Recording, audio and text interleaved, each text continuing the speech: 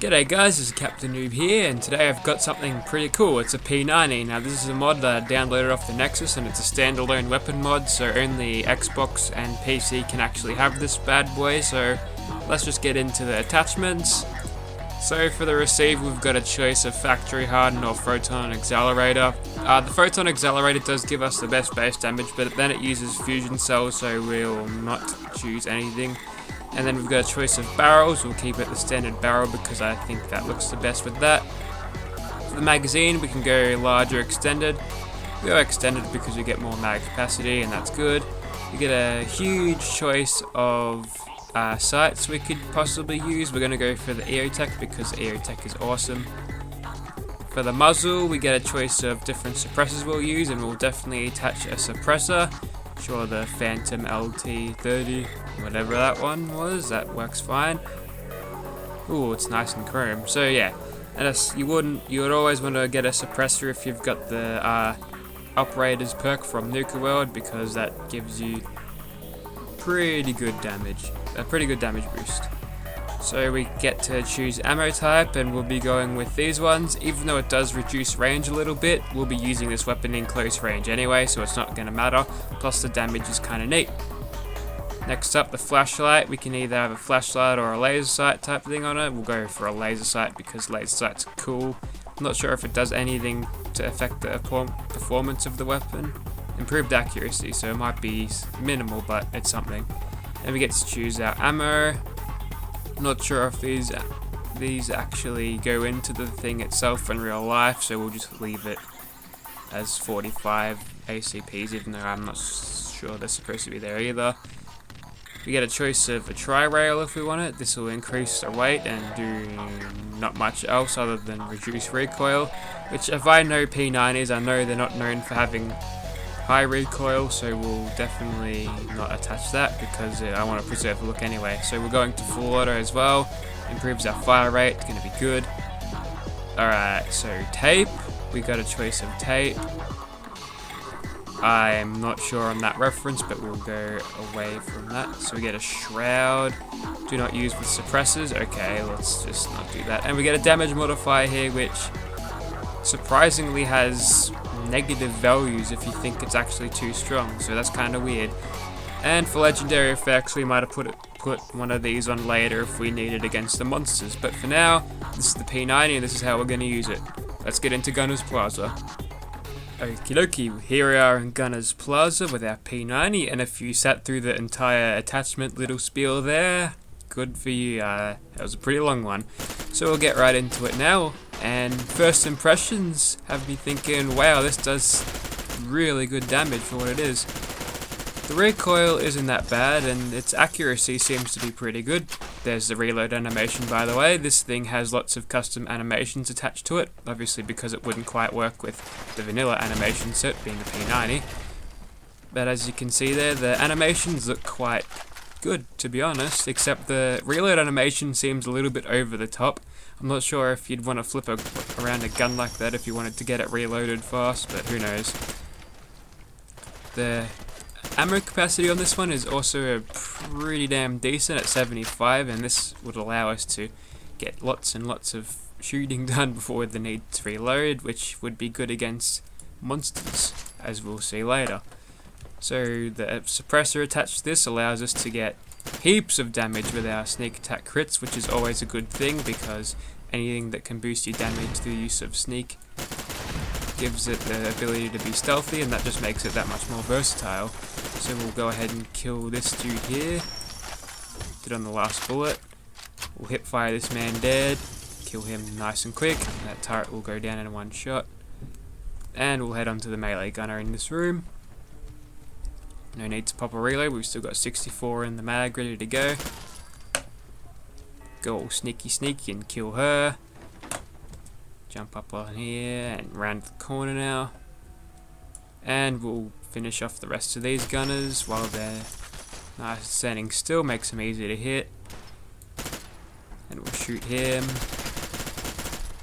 Bit of a mag dump there, but we managed to take him out, and he goes down too. So the turrets are the only ones left, so we'll take him out, and then we can move on. While the turret is explosive, he is no match for our P90. We'll come around here and we shut the last turret. Now Gunner's Plaza is clear. You can tell that this weapon is going to be a very good weapon for your everyday mobbing and killing gunners, so we'll move on to monsters now and see how it does there. Okay, here's Swann. Let's go fill him full of P90 bullets. It's nice and dark, so it's our turn to be sneaky, and as you can see there, a legendary effect is probably not needed at this point. Just got to keep the recoil in check as we backpedal, filling in with all the sneak attack infused bullets in the world, and we should be golden. Good thing this thing is very quiet, because if it's loud, Swann will definitely would have heard us by now. So there goes Swann. The poor dude never stood a chance, never even knew what was hitting him. So yeah, that was a pretty easy kill. Something else is coming up on the scope, so we should probably find out what that is and eliminate it, and then we can move on. Or unless it was just a ghoul who was aggroed for absolutely no reason at all. Okay, so there you go. That was the P90 against Swann. He's always a pretty damn easy kill with a weapon of such power, but we'll go and see how it fares against maybe other creatures when there's heaps running at you. Who knows? Alrighty, let's go test out the crowd control abilities of the P90 by taking on this pack of bears. So to start this fight off, we'll just get ourselves in an advantageous position before we start lighting the big bear up and getting as many sneak attacks as we possibly can to maximize our damage output and get the fight in our corner. So now the big bear is charging at us and all his minions are too, so as soon as we drain this mag, we'll quickly reload it, and then now we'll try to focus on removing the bear minions before taking on the big one for the rest of it. So we've got a bit of distance on him, which is nice, gives us a bit of breathing room, but that big one has managed to get himself around again. And for some reason it feels like he sprints slower with this weapon in first person. I don't think that's a problem with the animation, or maybe it is.